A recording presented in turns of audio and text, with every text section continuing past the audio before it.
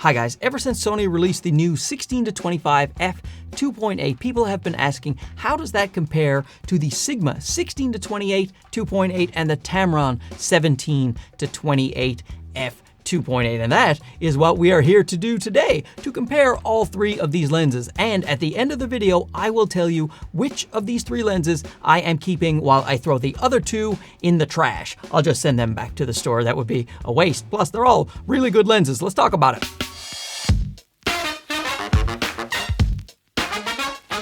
So the first thing I want to say is this video is not sponsored in any way. None of the companies know that I am making this video. None of the companies will probably watch this video, but I do want to give a big shout out to Camera Canada, who lends me lenses so that I can do reviews just like this. And I'm going to purchase one of these lenses from Camera Canada. If you're in Canada, you go ahead and you purchase from them as well. Now, while all three lenses are comparable in price, certainly compared to something like a 16-35 G Master, you have to realize the Sigma and the Tamron come in significantly cheaper than the Sony 16-25. And that makes you wonder, is that extra money worth it for the Sony, especially because the Sony is 16-25. The Sigma is actually 16-28. So the same on the wide end, but 3 millimeters longer on the long end. And the Tamron is 17-28. So not quite as wide, but it does get you all the way out to 28. And like I said, cheaper. So let's just start with the build quality. The Sony 16-25 comes with a petal lens hood.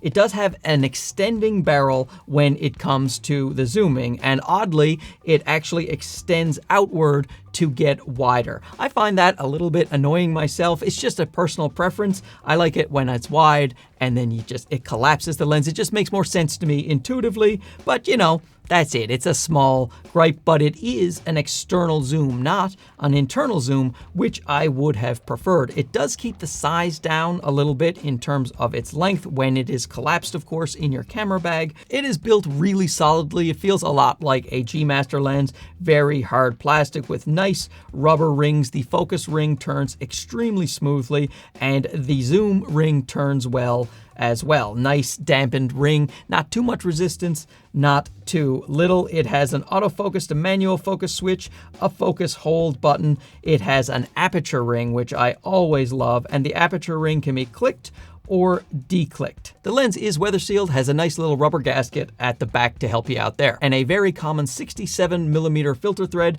to put filters right there on the front. Now moving on to the Sigma, we do not have an aperture ring, which is too bad, but it is a lower price lens. However, what you do have is a fully internal zoom. So while it is a little bit taller than the Sony lens, it is also has that internal zoom, which I like a lot. The only switch it has is an autofocus to manual focus switch, no focus hold button, anything like that. It has a 72mm filter thread. The lens also has some weather sealing and a rubber gasket at the back with a petal lens hood, just like the Sony. I really love the build quality on these Sigma contemporary lenses. Very hard plastic. It feels just as good in the hand as the Sony lens. Now looking at the Tamron 17-28, we have even less features on this lens than on the Sigma. There is no switches or buttons at all. There is no aperture ring, just a smooth turning focus ring and a smooth turning zoom ring. And again, this is an internal zoom,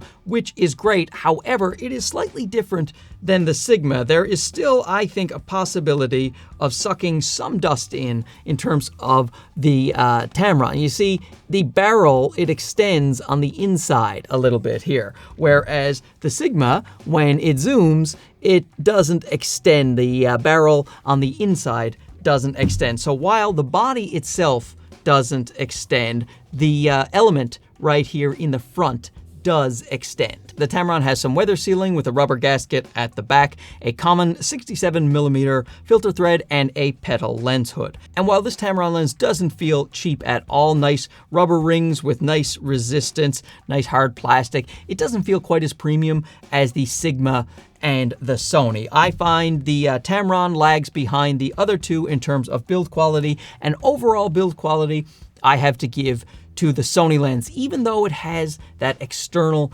zooming. It's a small amount of zoom, but it's just the focus hold button and having an aperture ring that can be clicked and declicked. I just prefer that. in terms of size without the lens hoods or the lens caps, they are very comparable in size when you extend the Sony barrel all the way to its maximum. The Sony is still a tiny bit smaller, but again, it can only go to 25 millimeters instead of 28. The Sony comes in the lightest at 410 grams with no caps, and the Tamron comes in at 419 grams next. Then you have the Sigma at 451 grams. So once again, pretty comparable in weight. Minimum focus distance is pretty comparable on these lenses. You have 24 centimeters for the Sony, 25 for the Sigma, 26 for the Tamron, and that is at their longest end of 25 millimeters and 28 millimeters respectively. In terms of the image quality coming out of all three lenses, it's just magnificent. In terms of photos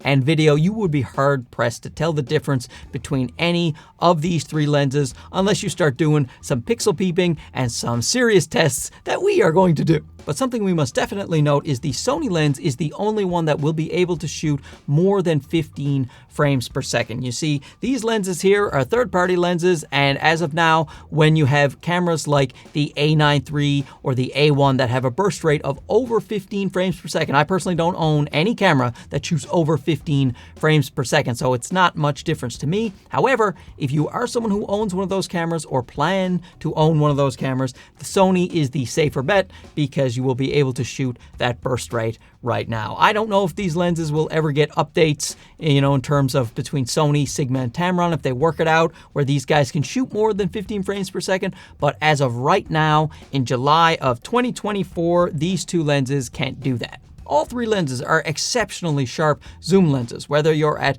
the 16 millimeters on the wide end of these two, or 17 millimeters on Tamron, or at the long end of 28 and 25 respectively, you are just getting really sharp images. Once upon a time, zoom lenses, they were much softer than prime lenses. It was one of the reasons people always gravitated to prime lenses when they wanted really sharp images, but no more. Now companies, especially companies like Sony, Tamron, and Sigma, they make such sharp zoom lenses, so you have no trouble with your sharpness on either of these three lenses. With these three lenses, there's going to be some differences in vignetting and barrel distortion, but I don't really consider those much of an issue, seeing how Lightroom profiles or any photo editing program you're using will have profiles for these three very popular lenses. So with one click of a button, you can erase all of the vignetting or any barrel distortion you may see. Another place all three lenses are excellent is with autofocus, which is wonderful. It's one of the reasons you buy Sony cameras, is to have that great autofocus. All three, they're just not going to let you down. Whether it's tracking, AFC, they just lock on, no hesitation, just absolutely perfect. Even in low light situations, I was at ISO 10,000 on my A7 IV, and all three lenses just grab the eye every time. No complaints at all. Of course, if you want to be the safest bet and you're shooting extremely high burst rates and people are moving towards the camera, then sometimes the first-party lenses for Sony, the OEMs, will perform slightly better. I didn't see any difference personally in these three lenses, but when it comes to very high burst rates, you might start leaning towards the Sony. When it comes to chromatic aberration, I have great news. All three lenses are wonderful with controlling chromatic aberration. At the wide end and the long end, you are hard-pressed to find any CA at all, which is great. Once again, on zoom lenses, that was not a thing that you could do in the past, but nowadays, lens companies are so good at making glass that even these zoom lenses have no chromatic aberration, at least that I can find in my pictures. Now, when it comes to the longitudinal chromatic aberration, that is the color fringing you will see on the areas that are out of focus, the foreground out of focus and the background out of focus. You will see some color fringing on those when LOCA is present. Now, at the wide end, you don't see much at all. I couldn't really see any in the Sony and the Sigma when they were both at 16 millimeters. Very hard to see any longitudinal chromatic aberration. There was a tiny bit with the Tamron at 17 millimeters. Now, when you went to the wide end, you saw certainly noticeable LOCA. So the Sony and the Sigma pretty equal in this regard. The Sony at 25 and Sigma at 28. You could see the longitudinal chromatic aberration there. And once again, the Tamron lagged behind. In this particular test, it showed more LOCA than both of these at the long end, but I gotta say, it's not a ton. And once you stop it down, you know, to f4 or so, because this was all at f2.8, but once you stop it down f4 and beyond, then you're not really gonna see any LOCA at all. So great job from all three companies. Flaring and ghosting, all three lenses did a good job. Sony, I think, came in the best when it came to flaring and ghosting. Lots of contrast, the flares very well controlled, ghosting extremely well controlled. The Sigma was the second best in this regard, I thought, but the Sony was noticeably better. The Tamron came in slightly behind the Sigma in terms of the flare and ghosting and contrast. I did, however, think the Tamron had nicer Sunstars than the Sigma, and the Sony had very nice Sunstars as well. Bokeh is great and similar on all of these lenses. Nice fall off between things that are in focus to out of focus. The background, it doesn't look too messy. It's not the best bokeh in the entire world because these are wide angle zoom lenses at f2.8, so you can't expect that crazy buttery smooth backgrounds, but it is nice bokeh. Now when it comes to the bokeh balls, the fairy lights, the out of focus fairy lights, I thought the Sigma actually did the best here. It had the roundest balls that were cleanest, no jokes everybody, clean round balls with no haloing. The Sigma's just killing it when it comes to the bokeh balls. They just do such a great job. Now the Sony, I thought, had the next best quality of bokeh balls, but there is significant cat's eyeing in the corners, so the shapes get a little strange on the Sony lens when you get towards the edges. So the edges of the Tamron bokeh balls were better than the Sony, but they were messier, more onion ringing and more haloing than the Sony. So in ranking, I would say bokeh balls, Sigma, then Sony, then Tamron. When it comes to focus breathing, of course, we have to mention the fact that Sony cameras have focus breathing compensation that only works with their first-party lenses. So this 16-25, it can enable that focus breathing compensation in the camera, and it will work just fine. However, you really don't need it. The Sony 16-25, its focus breathing is virtually perfect. You really don't need to turn on any focus breathing compensation. It is crazy good. When it comes to the Tamron and Sigma, they actually swap strengths depending on your focal length. So at 16 millimeters, the Sigma shows significant focus breathing, whereas the Tamron does a much better job at 17 millimeters. That's its widest. So at 17 millimeters, Tamron looks really great for focus breathing. The Sigma, you definitely notice it. But then it changes when you zoom into the long end. So at 28 millimeters, the Sigma does a better job of the focus breathing control than the Tamron. So it looks a lot better on the Sigma at the long end. So depending on your preference where you shoot your video, then the focus breathing changes. So the clear winner here is Sony, even without that focus breathing compensation, which is available. When we're talking about stabilization in video, a lot of people are aware that the third-party lenses don't work as well with the Sony active stabilization as their first-party lenses. And that is true in this case as well. So I will show you some video of the Sony versus the Sigma versus the Tamron in active stabilization, and the Sony is definitely performing better. However, there is a caveat here, and that is if you are using dynamic active stabilization, that is something that is in the ZV-E1. So let's say you bought the ZV-E1 for a vlogging camera and you wanted one of these three lenses. The great news is the dynamic active stabilization does such a great job, you can't tell the difference, at least I can't tell the difference between these three lenses at their widest. Of course, the Tamron has a slightly tighter field of view at 17 millimeters, but the stabilization is just as smooth on all three lenses if you are using dynamic active stabilization. However, if you're using a camera that only has active stabilization, or that's your preference because you don't want to crop in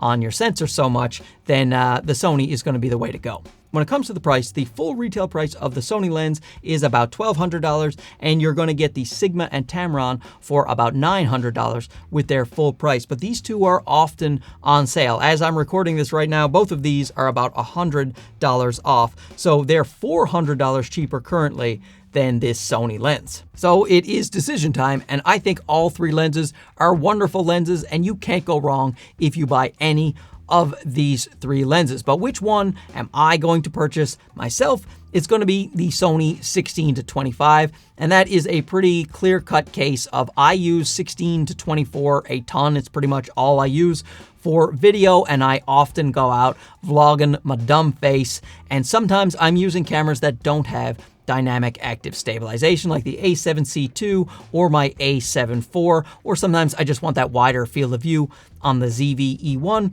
So I will be choosing the more expensive Sony lens. Plus, it does so great with that focus breathing, and if I ever get a camera that shoots more than 15 frames per second from Sony, then I am covered with this lens. But in terms of value, I would say that the Sigma 16-28 is the best value. It has the biggest focal range, 16-28. It competes optically very mightily with this Sony lens, and maybe you aren't using the lens the way I am using it, so this could be a significant cost savings over the Sony lens with those extra millimeters of reach. And I think the Tamron is a great lens as well, and depending on the price you might get for this guy, then it's certainly a lens to consider. But if the Tamron and the Sigma are around the same price, I am probably going to go for the Sigma. But you guys let me know down below which of these three lenses you would choose. Which one would you spend your hard-earned money on? A big thanks to Camera Canada, of course, for sending out loaners so I can make wonderful, fabulous reviews like this one. And thank you people for watching this right to the end. That makes you a good person. We'll talk to you again soon. Okay, bye-bye.